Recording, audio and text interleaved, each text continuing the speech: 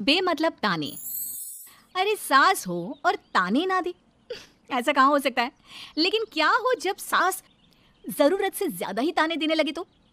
सुन बहू, आज घर में कुछ खास मेहमान आने वाले हैं, तो लंच पर ये सब बना देना। ये पकड़ लिस्ट, और कुछ भी कम ज्यादा नहीं होना चाहिए। वैसे तेरे बारे में जानती हूँ मैं, मेरे टाइम पर तो हमें बताने वाला भी कोई नहीं था। माँ जी कितने लोग आ रहे हैं ये तो लिखा नहीं है। खाना बच जाए तो दिक्कत, कम पड़ जाए तब तो दिक्कत ही दिक्कत है ना। क्यों? अरे सवाल पर सवाल ही करती रहती है, ये ठीक नहीं है। मेरे टाइम पे तो मजाल है कि हमारे मुंह से चू भी निकले। वो क्या है ना माँ जी, मैं खाना उसी हिसाब से बनाने का सोच रही हूँ। कहीं खाना कम ज्यादा बन गया तो आप तो मुझे पाताल में ही डाल देंगी ना। मेरे टाइम पे तो हम इतना बोलना क्या सोच भी नहीं सकते थे कि सास को कैसे ताने दे। अरे अरे रे माँ जी, कहाँ ताने दे रही हूँ।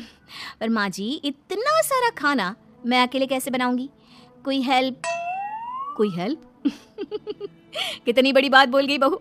कोई हेल्प ना जी ना, वो भी सास। सास तो सिर्फ ताने देती हैं, ताने। हेल्प? हमारे टाइम में सास को ये शब्द बोल दो तो भूचाल आ जाता था। बाकी मैं तो अपने सास की लाडली बन गई थी, पर तू तो बहू की बहू ही रहेगी। क्यों नहीं बना पाएगी? अरे अभी तो बनाना शुरू किया नहीं और पहले ही सोच लिया नहीं बना पाऊंगी। आजकल की तुम जैसी बहुओं के ये बहाने होते हैं कि कैसे नहीं बन पाएगा। अरे मैंने भी अपने टाइम पे बनाया था, अरे बल्कि इससे भी ज्यादा खाना बनाया था, तो तुझसे क्यों नहीं होगा? हैं? सब होगा जा। माँ जी मैं बना तो लूंगी, मैं बस इतना बोल रही हूँ कि अगर आप थोड़ी मेरी मदद कर देती तो। अरे अरे अरे, शर्म नहीं आती तुम्हें अपनी सास से मदद मांगते हुए? हमने अपने टाइम पर कभी अपनी सास से ऐसा नहीं बोला। सच में आजकल की लड़कियां तो बहुत ही छुई मुई सी होती हैं। जरा सा काम देखा नहीं कि बस पहले मदद मांगने दौड़ने लगती है। अरे अब ये सब बहाने नहीं चलेंगे। हाँ, जा जाकर खाना बना। हमारे टाइम पर हम ये करते थे, हमारे टाइम पर हम वो करते थे। हाय रे ताने। फिर शाम को। अरे बहू कहाँ चले गए? मुझे ये सामान पकड़ा जरा। हमारे टाइम पर मजाल है कि हम सास के साथ खड़े ना हो।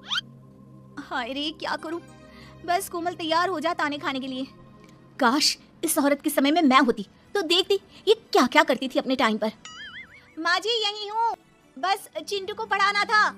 अरे हमने भी बच्चे पढ़ाए हैं हमारे टाइम पर, चिंटू को बाद में पढ़ाना। जा पहले वो कर जो कहा है। बहू बेचारी क्या करती, बच्चे को छोड़कर लग जाती है सास के साथ। हमारे टाइम पर ना। फिर तो सास बोली जा रही थी और बहू सुनी जा रही थी। अगले रोज। क्या हो गया चिंटू, क्यों रो रहा है? माँ कल कितना कहा था आपसे कि पढ़ा दो, लेकिन आपको तो मेरी पढ़ाई की कोई वैल्यू ही नहीं है। देखिए कितने कम नंबर आए। अरे कोई बात नहीं बेटा, फेल तो नहीं है ना। वाह बहू वाह, मेरे टाइम पर तो हमारे बच्चे के कम नंबर फेल ही कहलाते थे। ना पढ़ाती हो ना घर का काम करती हो। हमारे टाइम पर तो। सास की इस बात पर इस बार बहू का पारा हाई हो जाता है। वो सोच लेती है कि अब तो वो पति से बात करके ही रहेगी। अगले दिन। माँ जी सारी सफाई हो गई, मेरी कमर टूट रही है, मैं जरा सोने जा रही हूँ। सोना? अरे हमारे टाइम पर तो हम ये जानते भी नहीं थे कि आराम क्या होता है। पागल हो गई है क्या? रख अभी। देख उस कोने में देख, मुझे कितनी धूल दिख रही है। और वो बिस्तर के नीचे तो देख कितना काला पड़ा है। और पर्दों के पीछे खिड़की पर देख जाले लगे हुए हैं, वो कौन साफ करेगा? ऐसी सफाई होती है क्या? जा फिर से कर। मैं तो घर में एक दिन का गंदगी नहीं आने देती थी, लेकिन जब से तू आई है घर की हालत ही खस्ता कर दी है। अरे माँ तो तू कहाँ गई? तू भी तो यही है। वैसे माँ मैंने कभी तुझे सफाई करते नहीं देखा। जब से ये आई है न जाने आप में कौन सा सफाई का कीड़ा चला गया है। हाय रे, हमारे टाइम पर तो पति कभी बीवी की तरफ से बोल दे तो समझो घर का बंटवारा, और यह घर तो मेरे ही नाम से है। तो बेटा निकल ले बीवी को लेकर। हमारे टाइम पर तो। अरे कैसी बात कर रही हो माँ, मैं तो बस मजाक कर रहा था। इतनी कम सैलरी में मैं कहाँ अलग रह सकता हूँ? माँ जी प्लीज़, मैंने अभी पूरा घर साफ किया है और इन जालों को झाड़ूंगी तो फिर से पूरी गंदगी हो जाएगी। फिर से सारे घर के झाड़ू। ना माँ जी ना। हमारे टाइम पर तो मैं दिन में 10 बार झाड़ू लगाती थी। हमने नहीं किया है क्या? मायके से कोई तो संस्कार लेकर आई होगी ना तू बहू, क्या कुछ भी नहीं? तभी पति आ जाता है। बहू पति की तरफ देखती है कि शायद वो उसे उसकी माँ के प्रकोप से बचा सके, लेकिन नहीं, उल्टा उस दिन की माँ की डांट के बाद से तो पति के तेवर ही बदल जाते हैं। देखो माँ जो करती है करती रहो। माँ बड़ी है, जो कहती है सही तो कहती है। बस पति का ये कहना और बहू का पारा 7वें आसमान में। एक इनके भरोसे मैं सब सह रही थी, लेकिन आज तो इन्होंने मेरा ही साथ छोड़ दिया माँ के लिए। अब तो इन लोगों को सबक सिखाना ही होगा। फिर एक दिन, बहू ये कौन है और तुम्हारे साथ क्या कर रहा है? और ये हाथ, अरे हाथ छोड़ मेरी बहू का। कौन हो तुम? माँ जी वो कोई नहीं माँ जी, माफ कर दीजिए। बहू घबराने का नाटक करती है। क्यों डर रही हो तुम? मैं हूं ना तुम्हारे साथ। आंटी जी, मैं इसका बॉयफ्रेंड हूँ और मैं इससे मिलने आया हूँ। कोई समस्या? बोलिए। बोलेंगी क्या? यही कि इनके टाइम पर तो इन्होंने न जाने कितने ही बॉयफ्रेंड बना बना कर छोड़ दिए हैं। क्यों माँ जी, यही कहने जा रही थी ना आप? अब क्या था, सास की बोलती बात। कैसे कहे कि उनके टाइम पर बहू ये सब ठीक नहीं है। मेरे टाइम पर। हाँ हाँ आंटी जी, क्या आपके टाइम पर क्या? जरा हमें भी बताइए ना। अरे हमारे टाइम पर बॉयफ्रेंड कुछ नहीं होता था। सास की आंखों की शर्म होती थी। अरे पति के अलावा किसी और से बात भी नहीं करते थे हम लोग। ये क्या चल रहा है बहू? चल क्या रहा है आंटी? ये तो परेशान है आपके घर में आकर। आप हर बात पर इसे सुनाती रहती हैं, ताने माने। अब इससे बर्दाश्त नहीं होते तो मैंने सोचा क्यों ना मैं इसे अपने ही घर ले जाऊं, कम से कम आराम से तो रहेगी। वाह रे, हमारे वक्त में तो ऐसा नहीं होता था कि सास के ताने बर्दाश्त नहीं तो किसी और के साथ चली जाओ। अब नहीं होता तो नहीं होता माँ जी। मैं भी तो कल को अपनी बहू को कुछ अपने वक्त की सुनाऊंगी ना, कि सास के ताने समझ में नहीं आ रहे थे अपने वक्त में, तो मैं अपने बॉयफ्रेंड के साथ चली गई। वाह, फिर तुम्हारी बहू को समझ में आएगा कि तुम कितनी मॉडर्न थी अपने वक्त में। अरे चुप, बिल्कुल चुप। क्या बकवास कर रहे हो तुम दोनों? तो क्या करे, पति को तो अपने घर की लालच दे रखी है, वो तो मेरे लिए बोलते नहीं, तो किसी के पास तो मैं रहूं ना शांति से। तभी पति आ जाता है। नहीं, दूसरा घर तो मैं ले सकता हूँ, लेकिन दूसरी बीवी नहीं। माँ वो कितने ताने सहेगी? मुझे मेरी गलती का एहसास हो गया है। चलो हम कहीं और रहेंगे। अरे नहीं, हमारे जमाने में। फिर माँ जी? मतलब मैं कैसे रहूंगी तुम लोगों के बिना? बहू मुझे माफ कर दे। ओके, कर दिया माफ। अच्छा ये तो बताओ कि ये लड़का कौन है? मैं इसकी मौसी का बेटा हूँ, मिलने आया था। अच्छा दीदी, बाय। समधी की शादी। इस कहानी की हीरोइन गंगा है, जो अपनी समधन की मौत के बाद अपने समधी के अकेलेपन को समझते हुए समधी की दूसरी शादी करवाती है। लेकिन उसकी बहू इस बात से बिल्कुल खुश नहीं होती। मुझे लगता है आपको शादी कर ही लेनी चाहिए। आपकी इस उम्र में ख्याल रखने वाला भी तो कोई होना चाहिए ना। वैसे भी आपकी इकलौती बेटी थी, वो भी हम ले गए। अरे इस उम्र में शादी, लोग क्या सोचेंगे और कैसे कैसे बातें बनाएंगे कि जिस उम्र में इसे अपने पोते पोते को गोद में खिलाना चाहिए, उस उम्र में ये शादी कर रहा है। ऊपर से नव्या क्या सोचेगी मेरे बारे में कि माँ को गए हुए 1 साल भी नहीं हुआ और पापा ने दूसरी शादी कर ली। मुझे नहीं लगता इस शादी से नव्या को कोई परेशानी होगी। उल्टा उसे खुशी मिलेगी कि उसकी गैर मौजूदगी में उसके पिता का कोई ख्याल रखने वाला है। क्यों नव्या, सच कहा ना?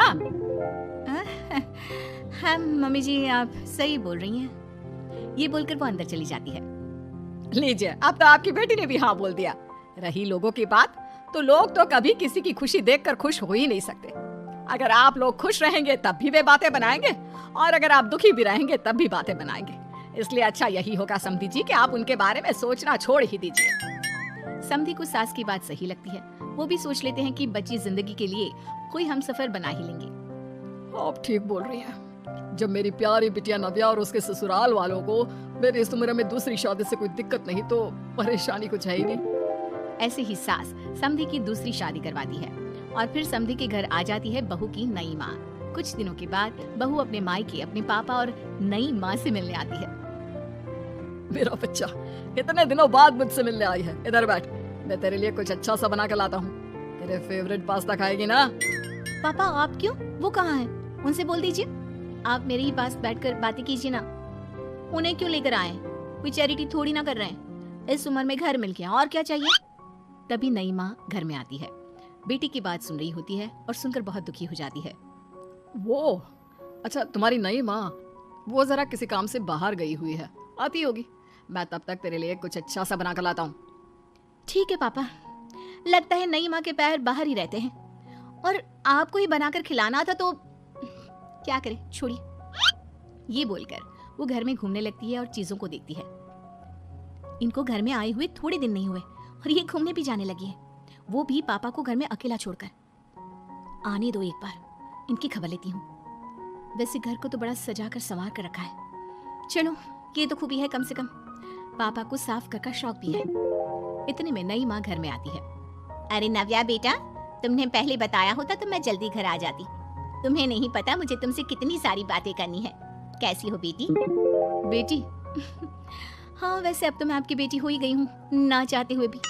खैर, आप गई कहाँ थी? शादी हुए कुछ दिन भी नहीं हुए और आपने घूमने जाना भी शुरू कर दिया। पापा का ख्याल रखने के लिए शादी करवाई है आपकी, जानती है ना? नव्या, ये तुम क्या बोल रही हो? मैं कहीं घूमने नहीं बल्कि एक दोस्त से मिलने गई थी। उसकी तबीयत थोड़ी ठीक नहीं, इसलिए वो क्या है ना, शादी के चलते उससे मिलना नहीं हो पाया तो आज चली गई। अच्छा, वो भी पापा को यूं घर पे अकेला छोड़कर? आपके लिए आपका ये परिवार ज्यादा जरूरी है या आपकी दोस्त? देखिए ये ठीक नहीं है। इतने में पिता आ जाते हैं।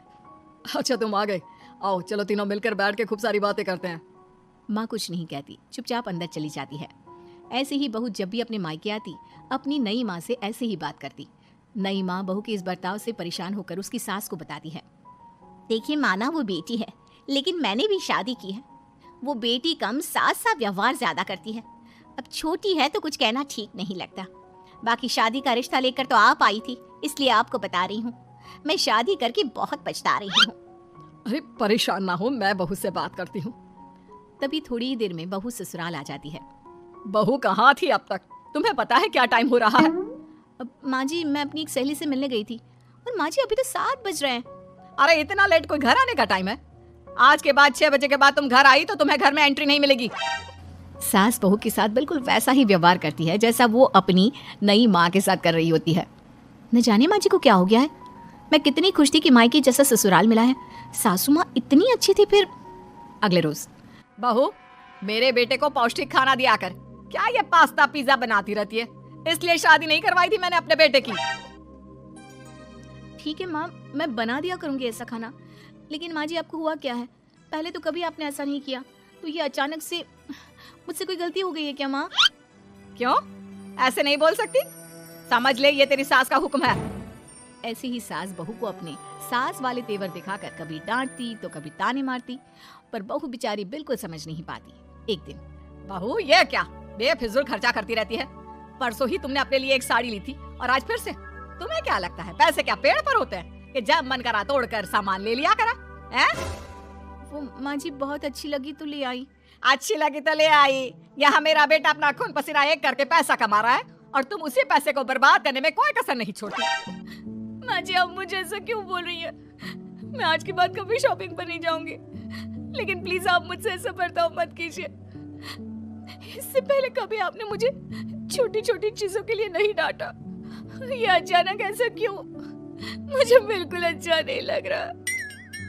देख बहू, मैंने तेरे साथ जब टिपिकल सास जैसा बर्ताव किया तो तुझे इतना बुरा लगा। सोच तेरी नई माँ को कैसा लगता होगा जब तू उनके साथ हमेशा ऐसा बर्ताव करती है।